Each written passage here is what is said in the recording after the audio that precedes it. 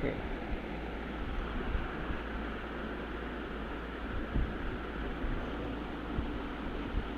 OBS is working. Yes, OBS is working. Great. So welcome all.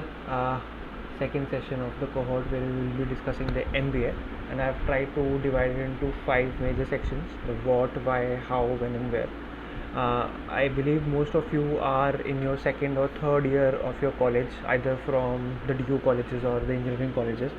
So we'll try to cover as much as possible on the different kinds of programs. We'll try to cover when is the best time to do your MBA, and then we can take up some questions. I'll try to wrap it up in like 30 minutes max, and then we'll take up your questions, right?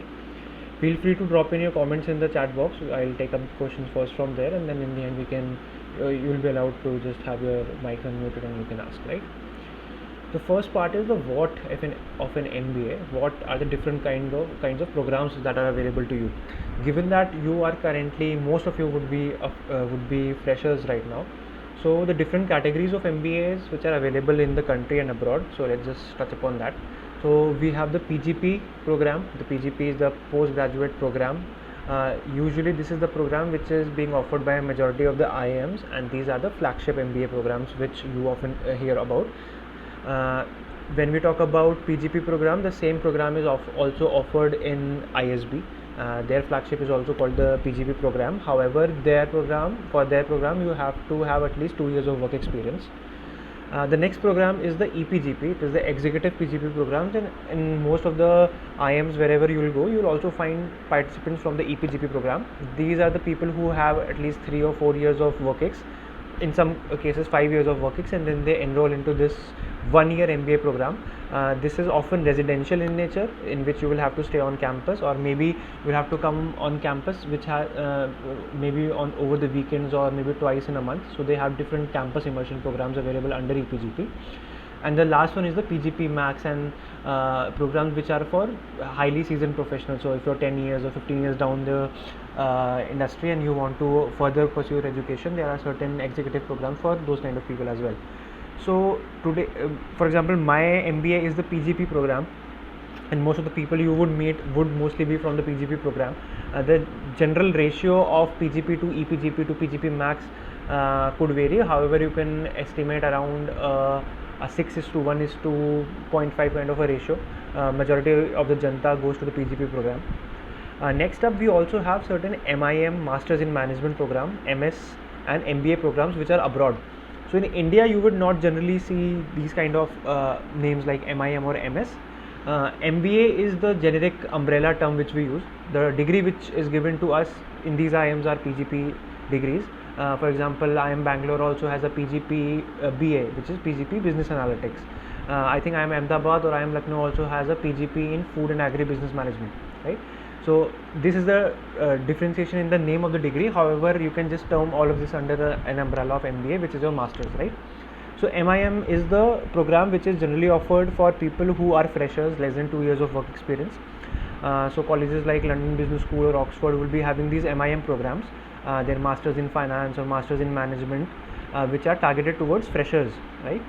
And MS programs are generally technical oriented programs. For example, you're going for an MS in technology, MS in business management is also there, MS in say electronics, right? So that is the difference between an MIM and an MS. Usually MIM is towards masters in management, and MS is technically oriented, where you will be pursuing your undergrad degree. Again, for example, you are in electronics engineering, you can pursue an MS in computer science, right? So engineering degree works there. Then finally, this thing of MBA, which is abroad, the major thing abroad is that you will have to have at least a 5 years of work ex, in some colleges 3 years of work ex, before even applying to those colleges, right? So INSEAD or Harvard or the M7 of USA, you will have to have 5 years of work experience. For INSEAD, I think it's 3 years before even applying to those colleges. And in those colleges, the average profile of those people who are entering are also inclined towards people who have, let us say, 6 or 7 years of work experience. So if you want to target an MBA right after your undergraduation, then PGP and MIM and MS are the things to look at. If you have, let us say, a couple of years of work experience and you want to start applying abroad, then MBA abroad is something to look at. if you I'm not the best person to give you an advice over EPGP and PGP Max. However, if you are in the industry 3 years or 4 years or 5 years down the line, you want some managerial degree and you think that PGP program is not mature enough for you, then you can apply to these EPGP and PGP Max programs. They have their separate placement committee, separate alumni network and cohorts which run. So this is not the best platform to discuss about these, but good to know that these things also exist in the country, right? Then let us talk about this third category about CFA, FRM and micro MBA. So there is TOA school or MESA school or MESO school, I don't remember exactly. These kind of programs are also being running. CFA in itself is a full-fledged 3-level program. So these are not a replacement for an MBA. These are most of the times an add-on.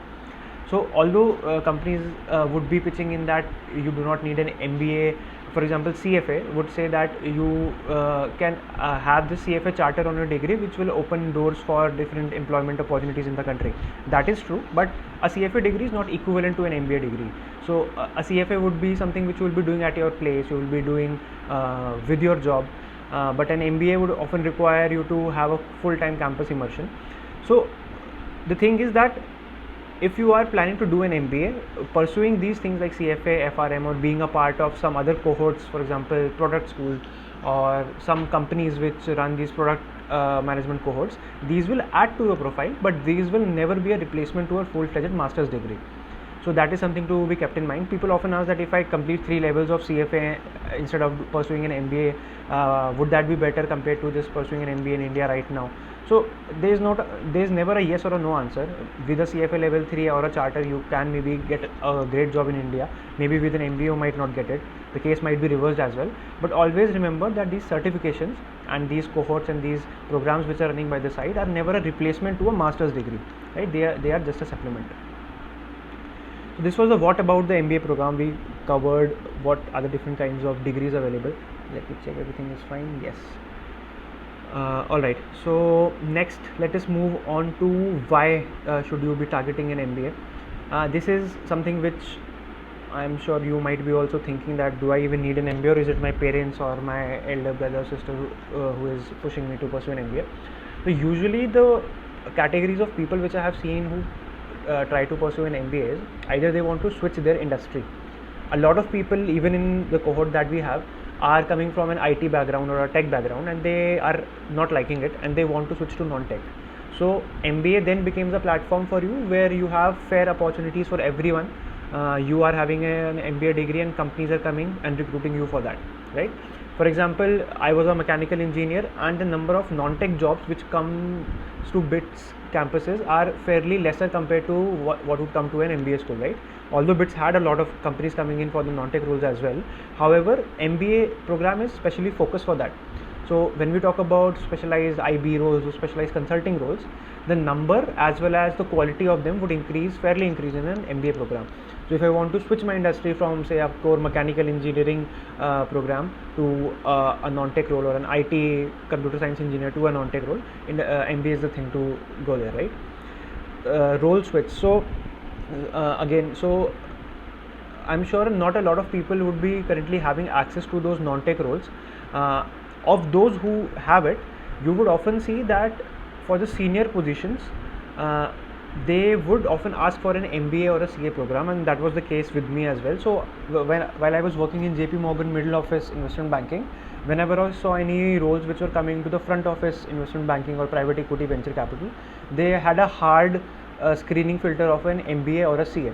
So if I wanted a switch right after my BTech, although I was working in investment banking in India, that thing might have been difficult for me in the absence of a CA or an MBA degree. So if role switch is something you are looking for, MBA would open many doors compared to just your undergrad degree, which might be maybe from the best colleges in the country. However, if a company has that filter, that might not be a barricade for you. So that is the thing to look at. Fine. Third thing is the geography switch, and this is something which is not very much relevant in the Indian context. However, a lot of people I know, they want to work abroad, they want to work in US, they want to work in Middle East. So for them, pursuing MBA from a college which is situated in that geography makes sense. Again, when we talk about US as a geography, there is the East Coast and the West Coast. So people often tweak their college, the choice of their college basis the industry they are willing to join. So if you want to enter high finance, New York is the place to be, right? So, and finally the barricades. A few of my friends who are currently in the industry and they have 2, 3, 4 years of work ex, they are seeing that the growth is limited. They are bachelors in mechanical engineering, bachelors in manufacturing engineering like me. They were lucky enough to crack a job in one of the good brands in the country. They entered as a product manager, product analyst, etc. However, the growth prospects are currently limited. So now when they want to switch, it becomes very difficult for them, given that the kind of skill set that they have acquired in the company is limiting them from making that switch. So an MBA, maybe it will definitely give you a skill set where you know how to present things, how to talk to people, how to network, how to be good at problem solving, know the nuances of HR, finance, operations, etc.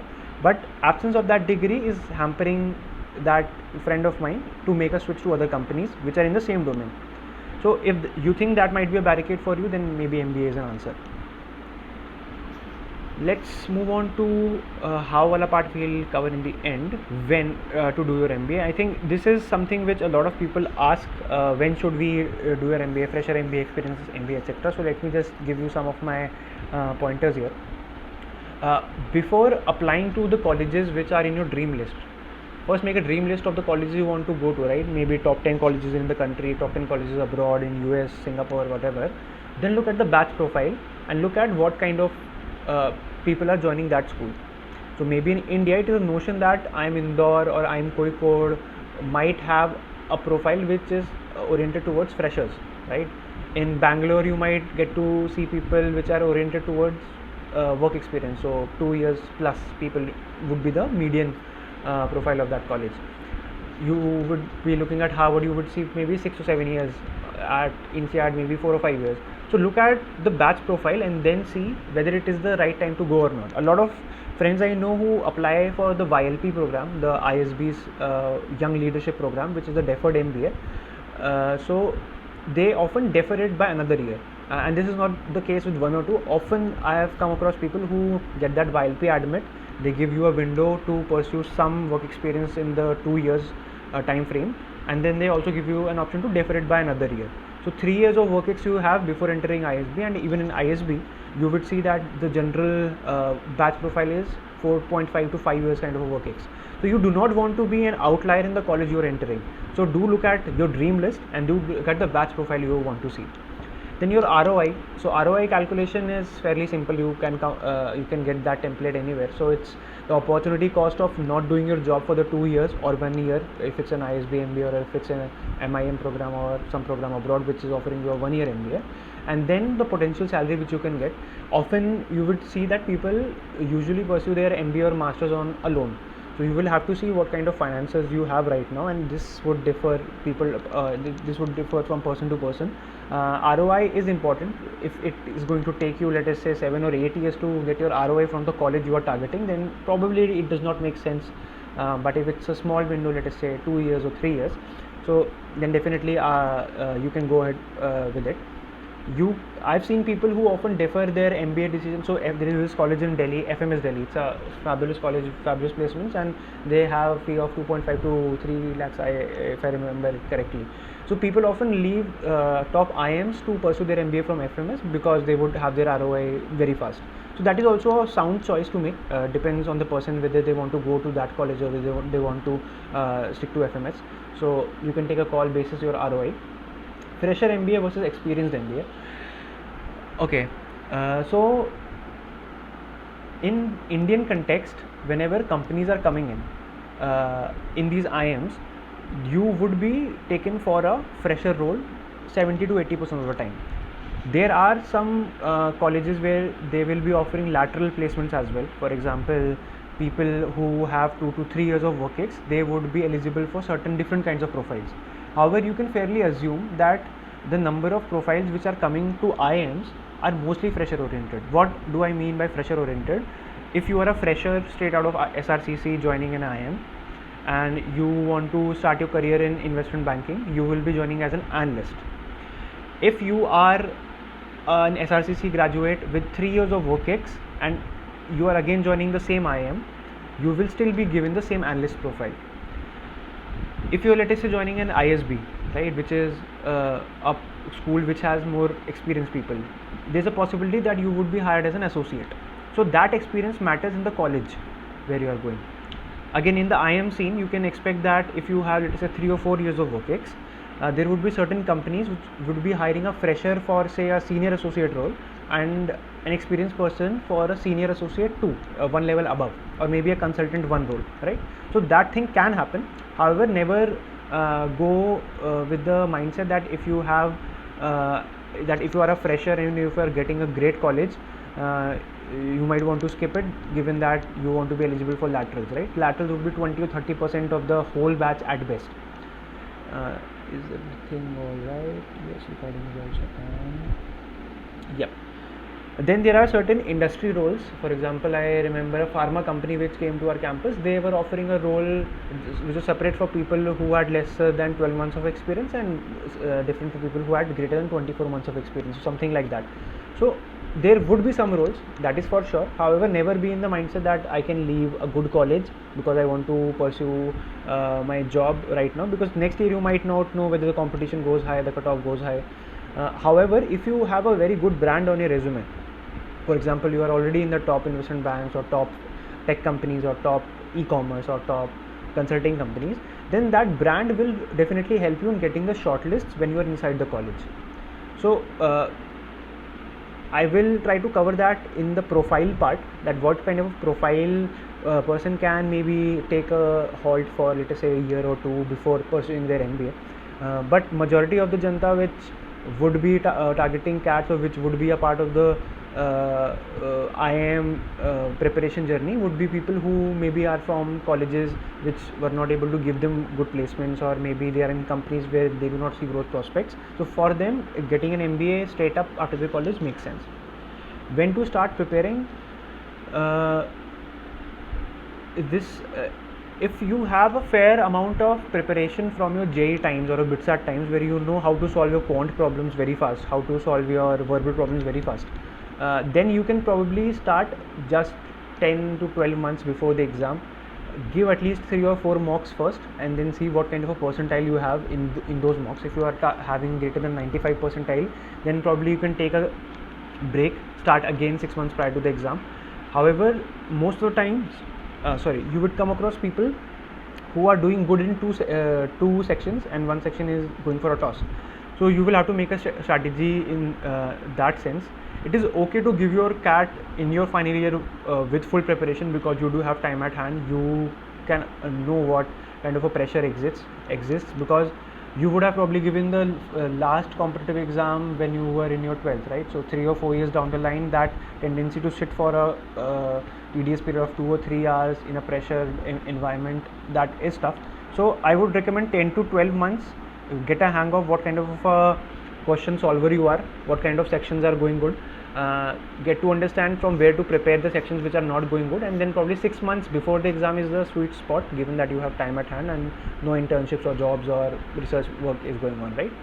The silver bullet here is something that my seniors also suggested, that prepare as much as you can and give CAT whenever you have the opportunity, and convert the call, and then take a decision whether you want to leave your job or whether you want to continue preparing for CAT.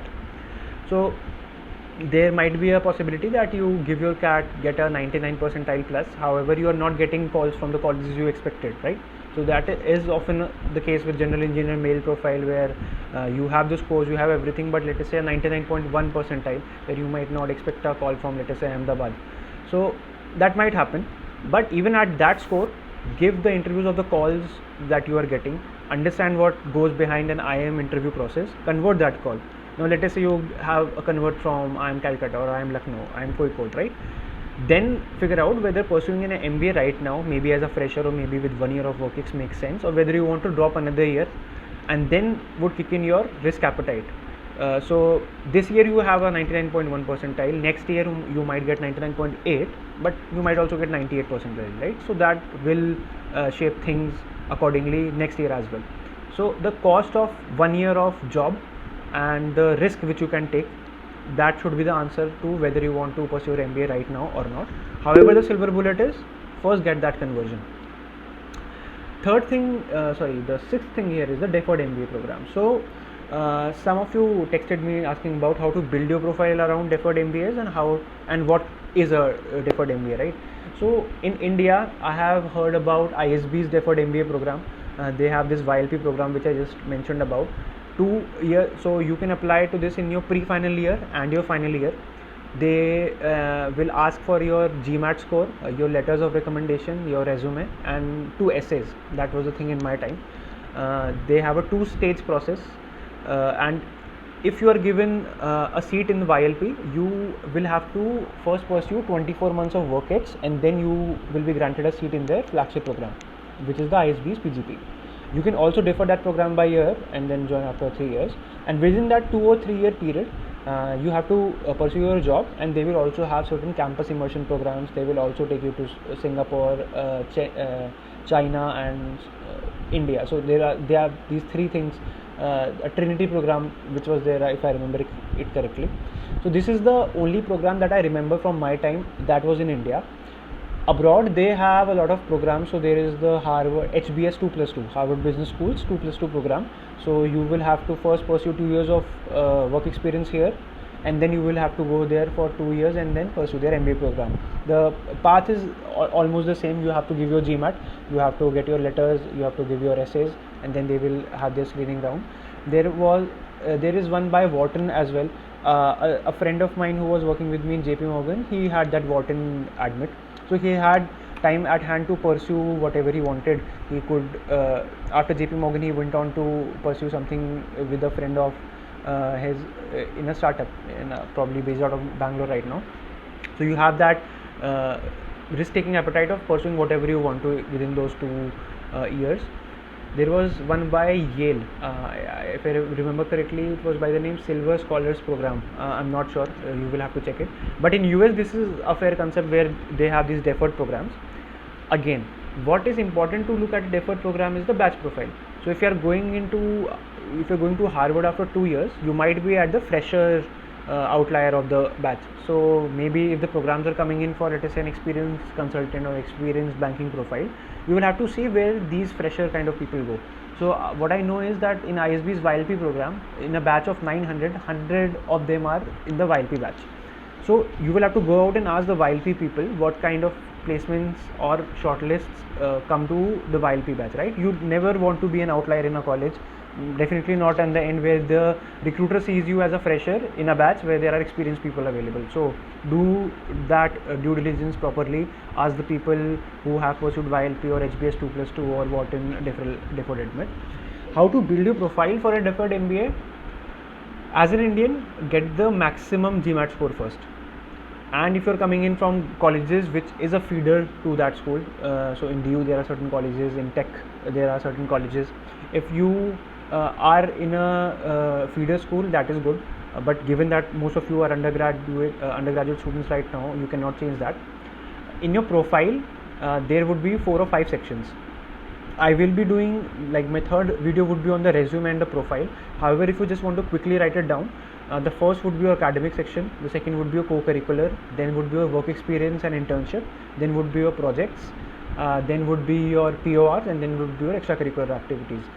Mostly the same format which is followed in the Indian B school resumes, right? You will have to have certain diversity in your profile, because most of the people which would be applying to such programs would be in 3rd or 4th year of, let us say, a DU college or a Indian technology engineering college. They would be having a GMAT of 730 or 740. Most of them would be males. Most of them, like 80% of the times I've seen that males are applying for such programs. Given my bias from an engineering college, I can fairly assume that as well. Next, you would see that people have good scores in their undergraduate entrance exams, right? So you might be an NTSC scholar, a KVPY scholar, or person who, if you are from DU, you would have great score in your 10th and 12th. You would have published some research papers. So usually this is the profile of a person which applies to these deferred MBA programs. Now, in order to get some points on diversity, you will have to have, let us say, worked in some volunteering organizations, and not at a very low volunteer level. You will have to have worked at a level which has some impact, because even they know what kind of profiles come to them, they can definitely screen out something which does not make sense or which does not add value to their program. Next thing could be that if you're starting up and if you have a startup which is backed by, let us say, Y Combinator or some VC fund in India, right? That has a lot of value when you're applying to these deferred MBA programs. And if I look at the profile of another guy which I remember who started Wharton, deferred Wharton this year, guy had a profile of IIT Bombay. He worked in Nomura Consulting, and he again, being in IIT Bombay, he had a JEE advanced rank which was probably 2 or 3 digits. So that kind of a profile made in, he had a 760 plus GMAT as well. So maximize your GMAT, get the best LORs. So LORs is something which you can negotiate with your professors what kind of things they have to write. PORs is so managing a fest is something which is not very value additive in your profile. But if you are part of some organization in your college, let us say you were a general secretary, etc., or let us say if you were the secretary of some club, you were holding the position of some club, and then you did something which created impact, something, let us say you generated free food for, you were able to have some free food for, let us say, 100 plus people in the vicinity of the circle where your college is, using the fest money, maybe getting some donations or charity somehow. So you are hinting that you were the leader as well, you were able to create some societal impact as well, and you had some volunteering and social work experience. So this is how you will be weaving your profile. In your essays, you will have to write that why you are best suited for that college.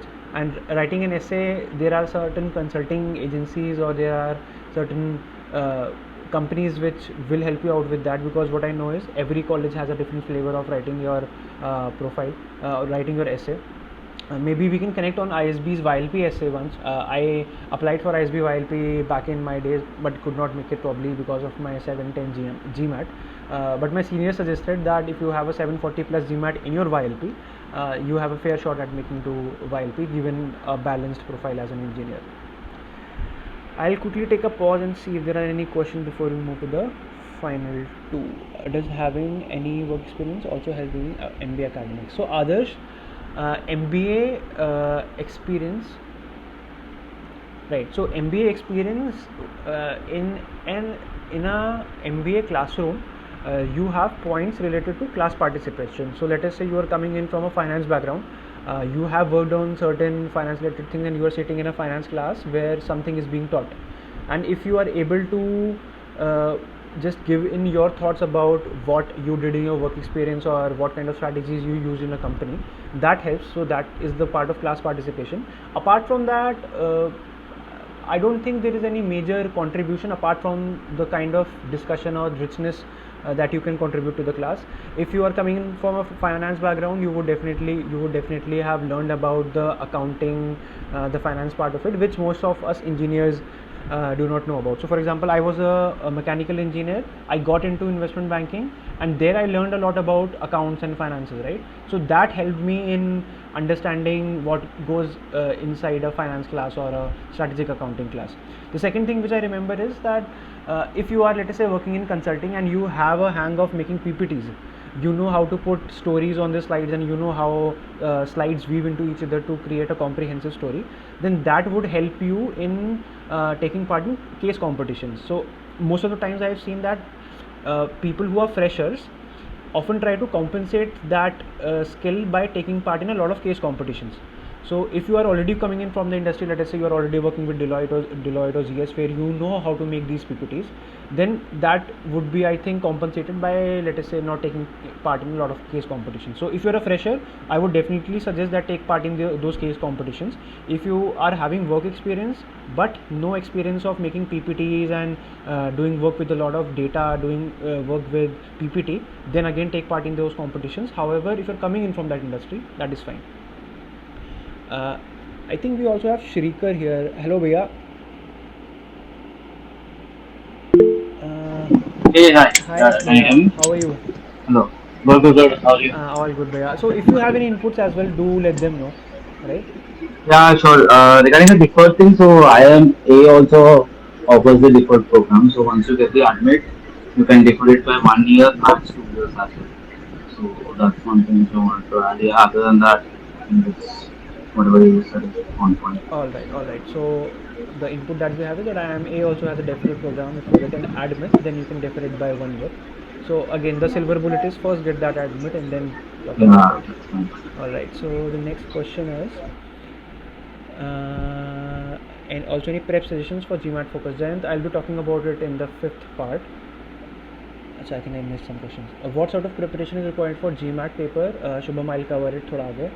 Is joining IM post workix not that useful as majority roles at entry level? Jen, that is not the case. However, you will have to see how many years of workix you have. So if you have 5 years, 6 years, 7 years of workix, then you might not want to join a PGP program because majority of the batch would be fresher or maybe having 1 or 2 or 3 years of workix. So you will have to see at what age are you right now, how many years of work ex you have, and what kind of a college you are targeting. So if you are targeting Indore, roughly 40-50% of the batch would be fresher oriented, right? If you are targeting, let us say, Ahmedabad or Bangalore, you can assume that a lot of people have 2 or 3 years of work ex as well. So you will have to see the college you are targeting, and you will also have to see what level of work ex you have. So then GMAT focus we'll touch up thoda aage. Confusion will choose MFE or MBA in finance. Previous not sure whether consider quant profile or switch domain. Utkarsh, I think we can probably sit one-on-one on this, or maybe I can connect you with a friend of mine who pursued masters in finance from NYU. So he worked in JP Morgan, then went there, and now he's working in a quant role. Maybe he would be able to better give you an advice on what kind of universities and programs, right? So you can just drop me a message, I'll connect you with them. Lakshay, right now I have a decent experience in case study competitions apart from ACADS. What else can I do to improve my apply for YLP this year? So Lakshay, in your profile, first build the best resume that you can, and then see what parts are missing. So the 5 parts that I talked about, so co-curricular achievements, right? Given that you are currently in college, and if you have an opportunity of writing some research papers and getting them published, or presenting at a case conference, right? That is something you can look at. If you do not have PORs, you can maybe look at having a POR where you are able to create some impact which you can pen it down. Something on the extracurricular side, I would not really press you for pursuing some extracurriculars, but if you have an extracurricular which really stands out, so maybe writing a book. So that was in my case. Whenever I had an interview, in the extracurricular section, I wrote that I have authored 2 books. So all my interviews always revolve around what kind of books have you written, where are they available online, so things like that. So I will be sharing a format after our next video call. We will be having a session on resume and the profile section for the B schools. Maybe you can just take out that template and see where you are lacking right now. Is CGPA very important? What is the minimum GPA I should have to apply for prestigious college given I am from BITS? So Nikhil, given you are from BITS, it does not matter, right? If you are from BITS, if you have a poor CGPA, then you are just like any other candidate. Might be harsh to hear, but your CGPA is very important right now. So if you are in your second year, if you are in your third year, if you can pull it up, that is the best thing that you can do for you, do for yourself. So however, if you are out of your 4th year right now, right, let us say you have a 6+ GPA and you think that you do not stand a chance given the candidates which are coming in, then you will have to start writing in your essays why that GPA is okay and why they should be taking you in. Often people say that they have a GPA of, let us say, 6 or a 7, and then they say that that they were working on something which was really impactful, which was able to create something for the society, then that is okay. Then that 6 CGPA would make sense.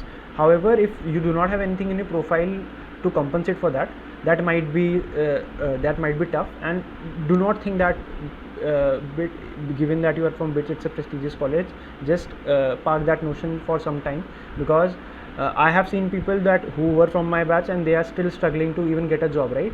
They were from the COVID batch.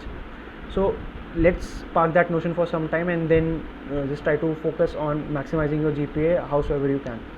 However, after the 4th year, if you think that that's the best you gave a shot at, then we can sit and talk about how to write your essays and try to balance out the difference in GPA with whatever you have in your profile. Lakshay, newsletter. I don't know, I'm not in the admissions committee. However, if you have a newsletter which is able to reach some people, let us say you are able to have a following, let us say, 100k plus daily or a weekly following, or maybe which is on a very specific thing. So the specific thing, maybe you are interested in finance, you're applying to a master's in finance program, and you have a newsletter in finance.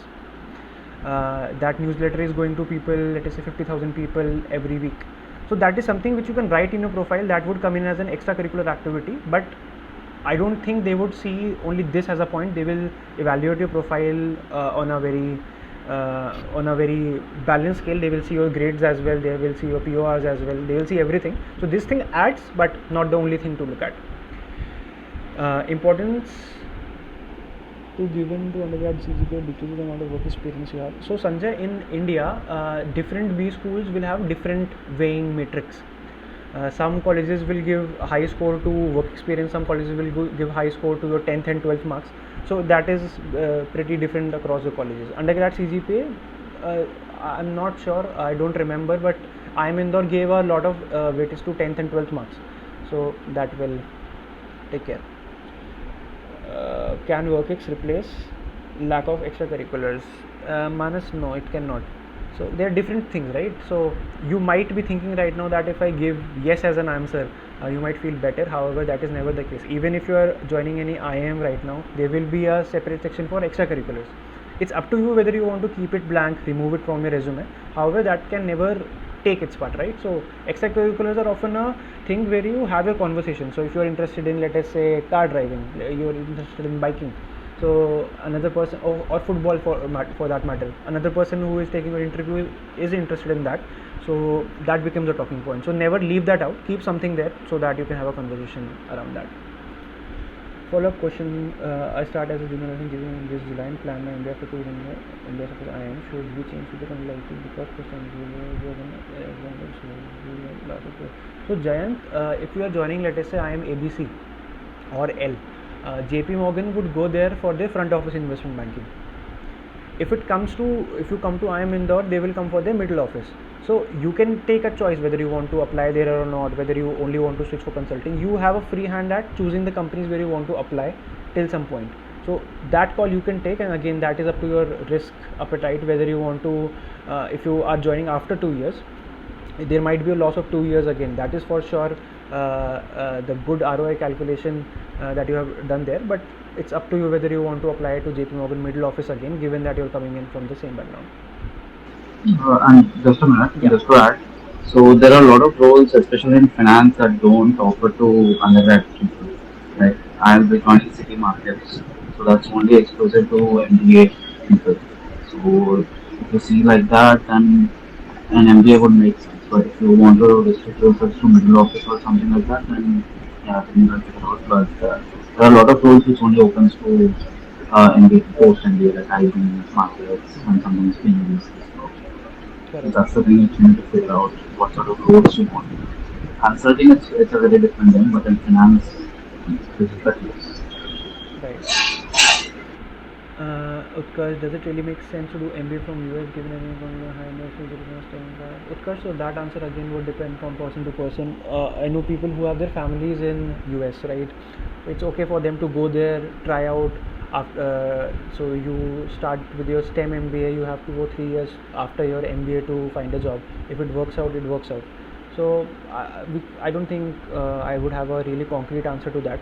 But first, get your admit. I think the silver bullet still stands. Get your admit. The better the college, the better you would want to go there. So let's first hope that you get in. For this academic year, Shubham, take a look at GMAT Club.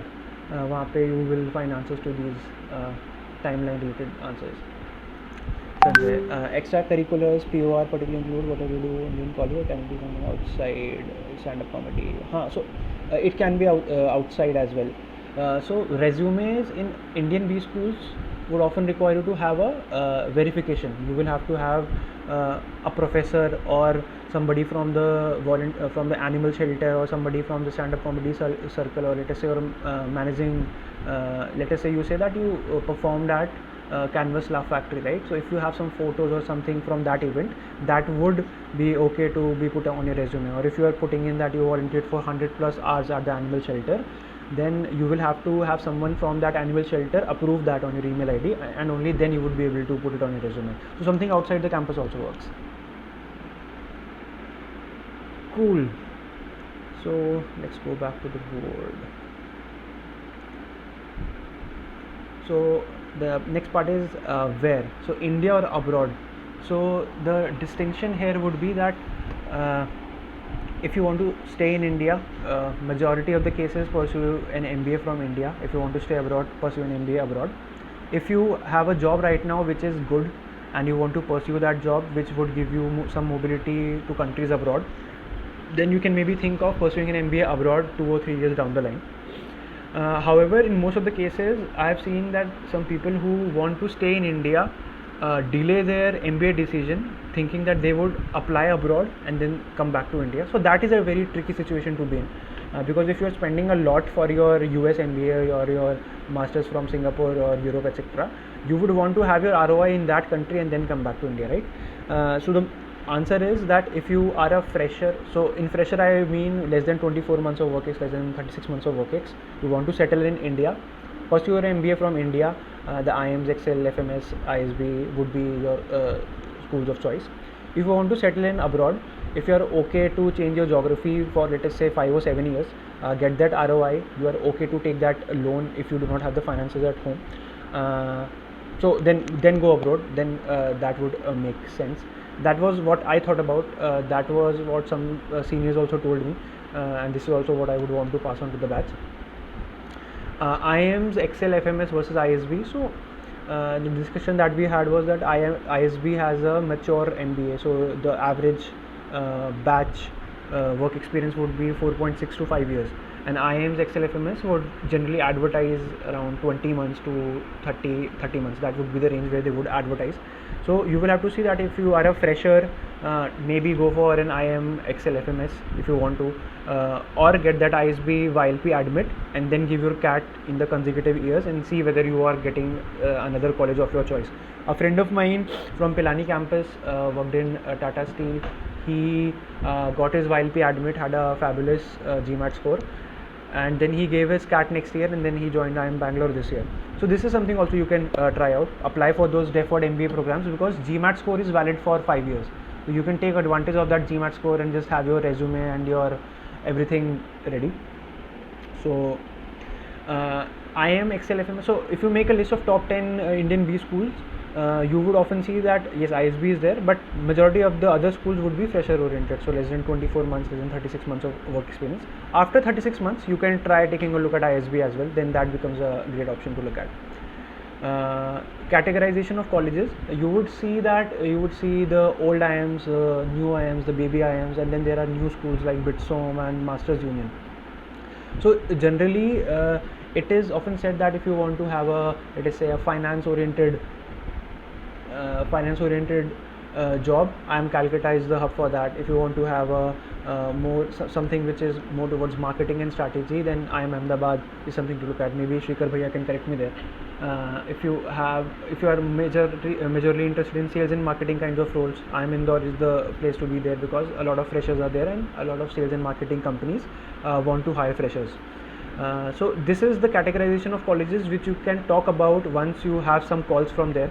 This would also be helpful to you when you are applying to those colleges and you have some interview going on. If you know something about the kinds of companies which come in, it would be better if you are positioned in the interview and facing the faculty, so that you can talk about the courses which are being offered and the kinds of companies which are coming in, right? Placement. So whenever you will look at the placement reports, it is often said that the placement committees would be inflating it. However, you can maybe have a plus minus 10 to 20% in those placement reports. Some of the colleges, like I think IIM Udaipur and Ahmedabad, also have their placement reports audited by certain auditors.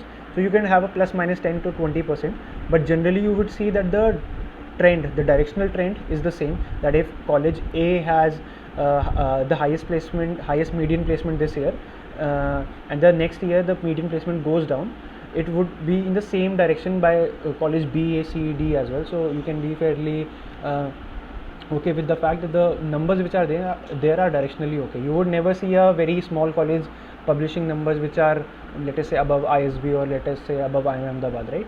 So placement related things you would get to know more once you have some calls ready. We can touch upon what kind of colleges offer what kind of placements. I can also get you in touch with my friends who are in these colleges, but the only thing to take away from here is that plus minus 10 to 20% on the placement report is okay.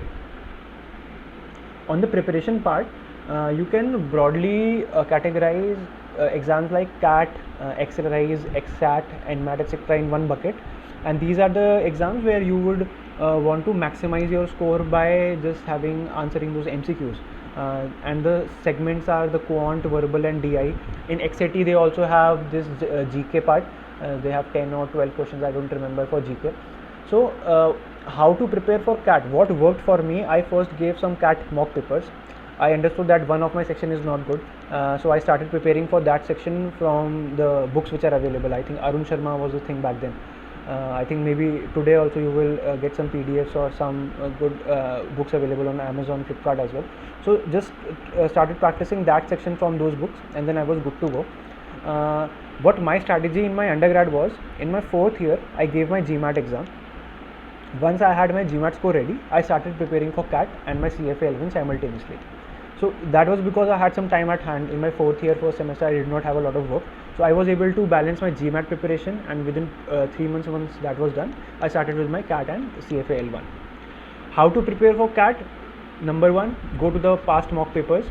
Understand what are your shortcomings. If you think more than 2 sections, like let's say 3 sections are not going good, and you want to start your preparation from scratch, you can take some of the programs which are offered by Time or Career Launcher, or maybe if you are okay with self-study, then there are a plethora of books. Arun Sharma is something which we used back in 2020, 2021.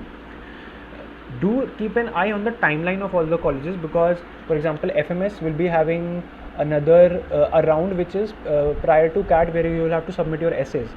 SPGen has a profile based admission as well, and they take CAT and GMAT score. They need an 85 percentile in CAT and GMAT, but the application for that is prior to your CAT exam. So if you are targeting Indian B schools, do first make a list of the colleges you want to apply to. For example, NMAT and NMIMS. If you do not want to apply for NMIMS, don't give NMAT exam. It would be a wasted opportunity of a day, given that you are a person who is in job right now. So make a hard list of the colleges you want to apply and the deadlines of the previous years, because if you miss a deadline for an SPGen or an FMS, the cost of that would be pretty high. You can never apply to those colleges again, right? How to prepare for GMAT? So if you want to first start with the free preparation, go to this website called GMAT Club. I'll just write it down here as well. On GMAT Club, you will get thousands of free questions to practice from. And on the GMAT website, so GMAT website is GMAC. So on the GMAT website, you get 2 free mocks and some free questions as well. And you can reset those free mocks as well and then you will have, let us say, 4 mocks, right? So 2 mocks can be resetted once. You have 4 mocks. So for GMAT, the best thing to follow was that you have some questions ready from the GMAT Club, and every day you are practicing 10 to 15 questions from the syllabus which is there. So this is something which is free to use. Once you have paid for your GMAT exam, you will be eligible for the free mocks on their website as well. Again, in GMAT, the thing is not that you only have to give MCQs or something like that, where you just have to mark the answer. In GMAT, you also have to write an essay. I think that part is scrapped off right now. I don't remember, but in my time, we had to write an essay. There were 2 essays. There was 1 essay, and you had to type it out and then submit it as well. The good thing or the bad thing about GMAT is that it is adaptive in nature. So if you are doing good, the question level will start getting higher. If you are doing bad, the questions will start getting easier. So they will try to balance out your score and ensure that same kinds of scores are available for anyone which is matching your IQ level, right? So the free resources GMAT Club. Then there are certain companies like eGMAT and Versus, if I remember the name correctly. They will be giving you certain paid courses. However, those paid courses, I would again recommend that GMAT Club is the thing to go ahead with. You will get your ISB, YLP deadlines, all the deferred MBA deadlines there. You would also understand what kind of the expectations are from their interviews and their essays. You will have people from previous batches who went to those colleges from India, right? So GMAT lab is the thing to go ahead with. I think GMAT pattern changed last year, so just ensure that you're following the latest material in the latest syllabus. But GMAT lab is again the gold standard for preparing for GMAT. GRE I haven't really prepared for it, but I have heard that the level of quant and is a bit on the lower end compared to GMAT, but the verbal section is a bit tweaked. So you will have to do some words and you will have to prepare the word meaning, synonym, antonym kind of thing. So not the best person to answer on GRE. However, in abroad as well as in India, in ISB, in SPGen, GRE score is also accepted. So this is a strategy that often a lot of people use, that because they are an engineer and they can have good marks in the quant part of it, so they give GRE compared to GMAT. GMAT has a trickier quant section, more syllabus there. So that is something you can look at if you are not getting good score in GMAT, right? And on the regular prep part, I would recommend that if you are planning to enter the non-tech field, start developing this habit of reading newspapers every day or reading certain magazines. So Economist or Harvard Business Review. So if you are in a habit of reading at a high speed, that would not only help you in your job, but again these exams like CAT and GMAT will be a cakewalk for you in the verbal section. So the two resources which I have been following, Economist and HBR, which I have been following since my undergrad. So a professor of mine from Hyderabad campus, Professor Niranjan Swain, he said that if you are entering this field, start developing this habit of reading quality content. So quality content is something which you would see in some good newspapers in India. So maybe Mint or Economic Times, Business Standard, Business Line, these are the business oriented newspapers where you would see something related to business or finance in the country. Then Economist would give you a world view of what is happening in the world with respect to, say, politics, business, and then it focuses on America, Middle East, Africa, Southeast Asia, Asia Pacific, etc. HBR, I think it would come every quarter. I haven't read it since the last two editions. However, in every HBR you would come across one article which is of your interest, right? So if you are interested in finance, you would find one article which resonates with you.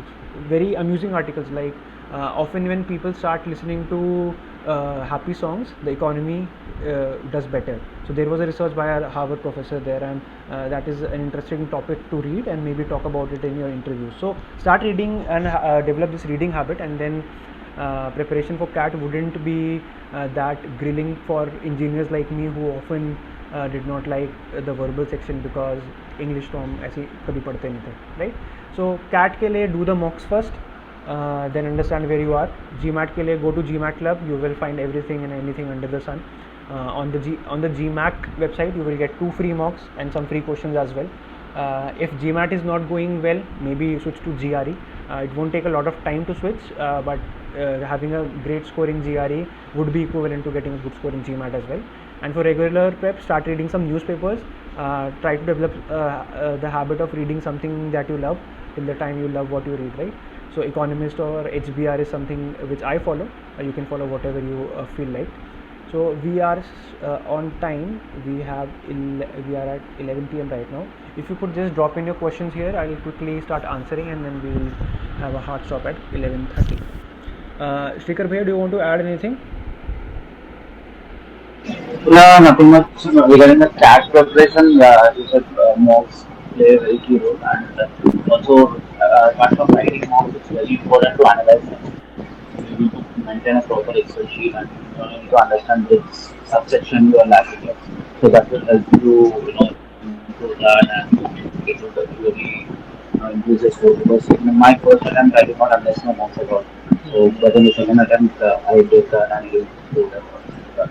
Right. But yeah, your voice is not very clear. But what I got was that after your Oh, mocks, analyze them as well and keep a tracker, right? yeah. Keep it track. That's Mm, very important. yes, I think that's on point. Even I had an Excel tracker with me where I used to write down my marks and see what sections are not going well. You can find one by I think Aviral Bhatnagar or Rohan Jain. One tracker is available on Quora as well. So the tracker has the questions and the mocks you practiced, the marks in each section, so you can probably tweak that tracker according to you. So if you're giving a mock for 2 hours, do sit for 2 hours after the mock as well, and analyze what's going on. Anshul, I think उससे पहले हो गए सारे, yes. And haven't repeated. I have average attach 8 undergrad apart from work rates or Anshul, so I think we have discussed this in the previous talk where we were saying that everything in India, everything on your profile would matter, right? So CFA or FRM, it would matter if you have a profile of 887. So if you are, let us say, CFA L1, it might not matter that much given that there are a lot of CFA L1s in the country right now. If you are an L2, if you are an L3 candidate, then that would signal your recruiter that yes, maybe 887 is okay, but this person is interested in finance, has done some projects and internships in finance, and is also a CFA L2 and L3 candidate. So this person would be a good fit. So do give a shot at a CFA and FRM. However, if you think you are not able to balance it out, then maybe try to balance it out using some projects in your campus. I'm assuming that you are still in your college, so do some projects with your faculties, try to publish some research papers. All those things will add to your profile. CFA L1 maybe not, but L2 definitely. Can you give us one? I am an FMS because I think ROI FMS. Others, so ROI calculation I'll leave it up to you, because you will have to input what kind of job you have right now, what is the opportunity cost of it, things you will have to factor in, because let us say an IIM costs 25 lakhs and it's giving you an average placement of 30 lakhs versus an FMS which costs 3 lakhs or 4 lakhs and it is also giving you a 27 lakhs. So on the straight face value of it, FMS will win hands down. But other things that you'll have to see is whether you want that FMS community, whether you want to join the FMS community, whether you want that IIM tag. There are certain softer things to picking up a college, but also the thing is that first both the colleges should pick you up, right? So you should have an FMS convert as well as an IIM convert to answer this, because I know a lot of people who just keep on sitting for FMS.